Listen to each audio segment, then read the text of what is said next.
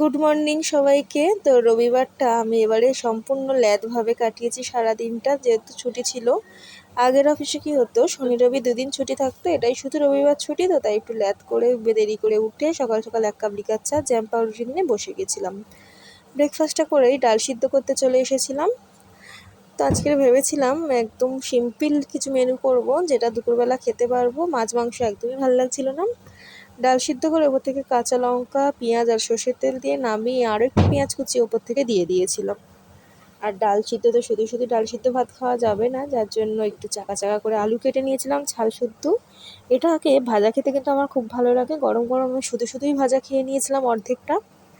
তো এদিকে আমি আলুটা ভেজে নিয়েছিলাম লবণ দিয়ে, হলুদ দিয়ে, আর তারপরে কড়াইতে তেজপাতা শুকনো লঙ্কা আর কালো জিরে দিয়ে ঢ্যাঁড়সটাকে একটু লবণে ভেজে নিয়েছিলাম। তারপর ভাবলাম যে সবই তো সিম্পল মেনু হচ্ছে, একটু রবিবার একটু কিছুটা আলাদা করা যায়, তাই ঢ্যাঁড়স ভাজাটাকে শুধু আর ঢ্যাঁড়স ভাজাই রাখলাম না, ওপর থেকে একটু সর্ষে বাটা দিয়ে দিলাম, দিয়ে একদম গাঢ় গাঢ় মাখা মাখা করে এটাকে নামিয়ে নিয়েছিলাম দুটো কাঁচা লঙ্কা দিয়ে শেষে।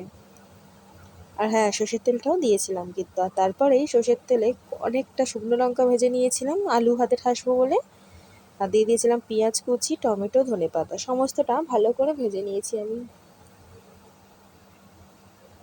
ভালো করে ভেজে নিয়েছি। আর আলুটা ভাতের ভিতরে হয়েছিল, যেহেতু ভাত থেকে বার করে ঠান্ডা করে ভালো করে চামচের পিছনটা দিয়ে ঠেসে নিয়েছিলাম, একটু ধনেপাতা দিয়ে দিয়েছিলাম, খেতে ভালো লাগে। আর তারপরে ভাত বেড়ে নিয়েছিলাম। দেখো দুপুরবেলা কাঁচা লঙ্কা, আলু ভাতে, ডাল সিদ্ধ, আলু ভাজা, ঢেঁড়স সর্ষে দিয়ে খাওয়া দাওয়া করে একদম লম্বা ঘুম দিয়ে ল্যাদ খাইয়ে রবিবারটা এভাবেই শেষ করেছিলাম। তো তোমাদের কেমন